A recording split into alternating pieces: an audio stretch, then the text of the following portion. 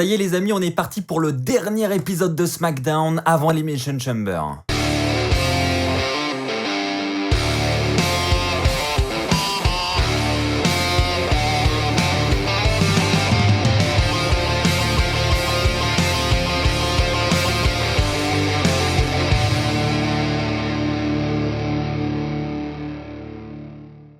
Bonjour à toutes et à tous les amis, c'est Axel de la chaîne YouTube WWE Fan France. J'espère que vous allez tous très bien. On se retrouve pour la review de SmackDown, le dernier avant Elimination Chamber. Il s'est passé beaucoup de choses encore une fois. On va revenir sur le show point par point. On commence avec le premier. C'est parti. Pour le premier point, je vais parler du titre intercontinental. On a Big E qui est à la table des commentateurs comme d'habitude. Dans son petit canapé, il se fait un petit bain de pied et tout, peinard. Le mec vraiment tranquille. Et de l'autre côté, dans le ring, on a Apollo Crews qui cette semaine affronte Shinsuke Nakamura. Et donc voilà, les commentateurs vont poser la question à Big E. Est-ce que si Apollo Crews remporte le match ce soir, cela voudra dire qu'il aura une nouvelle opportunité au titre? Big E dit, écoutez, je l'ai déjà battu 3 fois, je pense que c'est bon, hein, il faut qu'il retourne au bout de la file d'attente maintenant. Et donc on a ensuite le match entre Apollo Crews et Nakamura, et c'est Shinsuke Nakamura qui va battre Apollo Crews. Et donc juste après le match, Apollo Crews va un petit peu se vénère, hein, il va être grave déçu de cette défaite, et donc il va s'en prendre à Shinsuke Nakamura.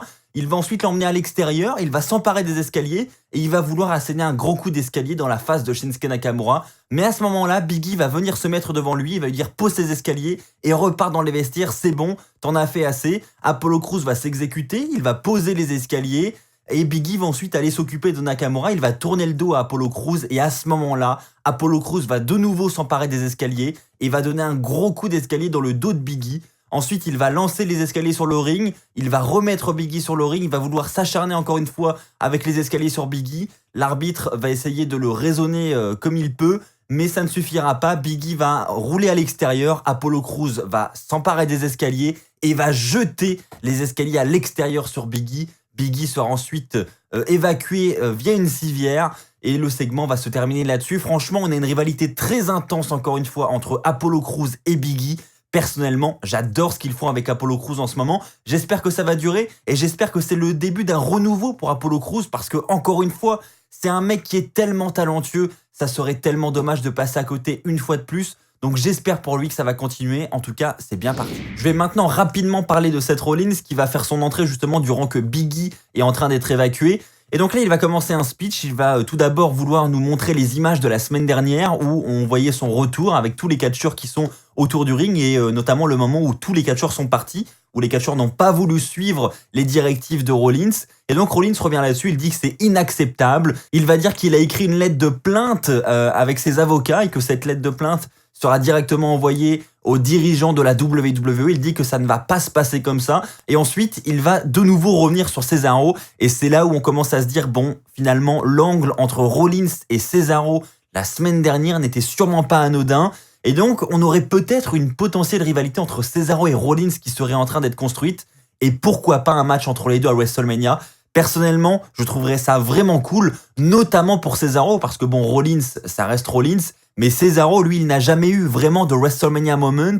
Là, franchement, un match 1 contre 1 contre Seth Rollins à WrestleMania, c'est pas n'importe quoi, et j'ai vraiment l'impression qu'on prend cette direction. N'hésitez pas à me dire dans les commentaires si vous le pensez aussi, mais en attendant, voilà, à SmackDown cette semaine, Rollins a quand même laissé entendre qu'il n'en avait pas terminé avec Cesaro. Nous allons maintenant parler de ce segment Ding Dong Hello de Bayley. Donc Bayley nous accueille, elle nous demande ensuite d'accueillir Nia Jax et Shayna Baszler, les championnes par équipe. Déjà, je trouve ça assez surprenant de voir Baszler et Nia Jax invités dans le talk show de Bayley. On se demande ce qui va se passer. On va ensuite avoir Bayley qui va remercier Nia Jax et Shayna Baszler de l'avoir sauvé entre guillemets de Sasha Banks. Grâce à elle, elle a perdu les titres et elle n'est plus en équipe avec Sasha Banks. On a ensuite Reginald qui va arriver et qui va dire qu'il ne faut pas parler comme ça de Sasha Banks et de Bianca Belair parce que si elles étaient en équipe et si elles affrontaient Nia Jax et Shayna Baszler, elles remporteraient les titres par équipe. On a ensuite Sasha Banks qui va arriver à son tour et qui va dire à Reginald « Occupe-toi de tes affaires, hein, ne t'avance pas sur des choses comme ça, moi je n'ai rien dit, donc occupe-toi vraiment de tes affaires. » Et ensuite, on va voir Bianca Belair qui va arriver et on va voir un beau petit face-à-face entre, d'un côté, Bianca Belair, Sasha Banks et de l'autre, Shayna Baszler et Nia Jax. On a ensuite Reginald qui va proposer un match 3 contre 3. On va voir d'un côté Sasha Banks, Bianca Belair et Reginald et en face Nia Jax, Shayna Baszler et Bayley. Donc ça y est, Reginald fait officiellement partie de la division féminine. Je pense que là, franchement, c'est un peu le James Ellsworth bis, j'ai l'impression. On prend vraiment cette direction.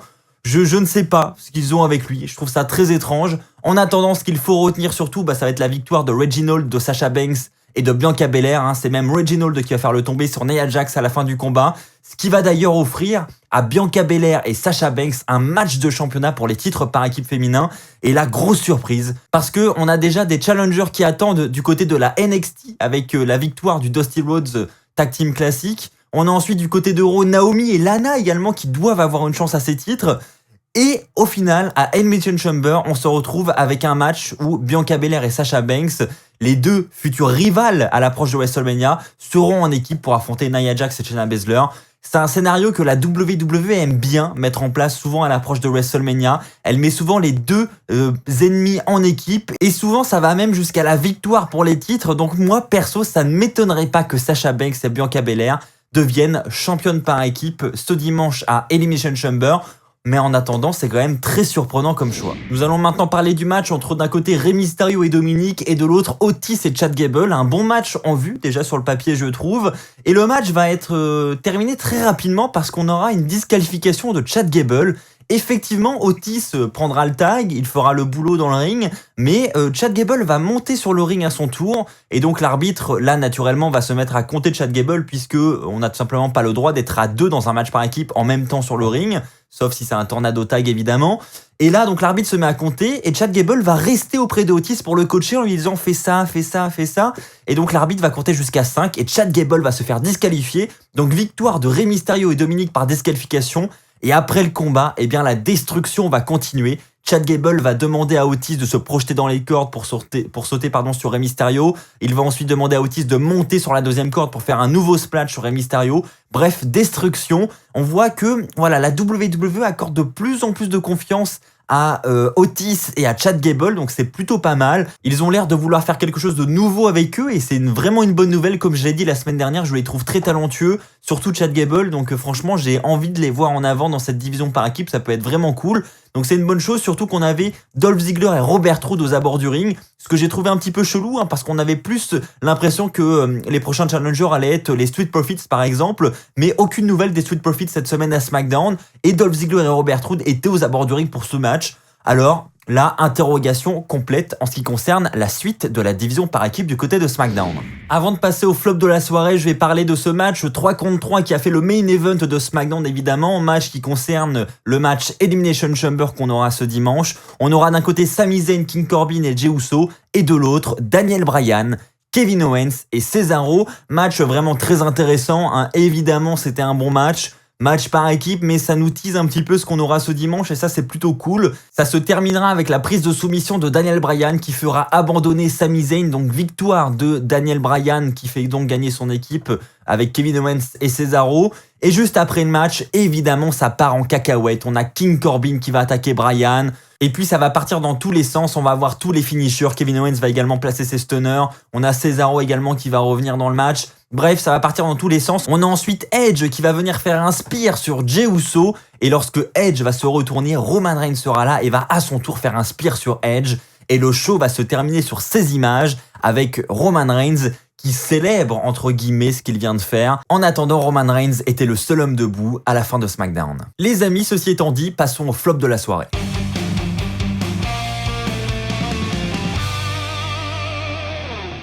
Bon les amis, je vais pas être très original, mais je vais être honnête, c'est ce qui me passionne le moins chaque semaine à SmackDown et c'est assez répétitif. On a un match par équipe avec d'un côté Tamina et Natalya et en face on a Ruby Riott et Liv Morgan, le Riott Squad. Donc match qui est très peu intéressant, où c'est la même chose chaque semaine, où on n'apprend rien de plus. À la fin du combat, après la victoire de Tamina et Natalya, on aura Billie Kay qui va intervenir pour venir célébrer avec elle et Tamina va lui asséner un super kick et ça va se terminer là-dessus. Bon voilà, comme je l'ai dit, rien de passionnant, on n'a pas vraiment de construction, enfin voilà, c'est la même chose chaque semaine, donc personnellement, c'est vraiment ce qui m'a le plus déçu cette semaine à SmackDown. Les amis, ceci étant dit, passons au top de la soirée.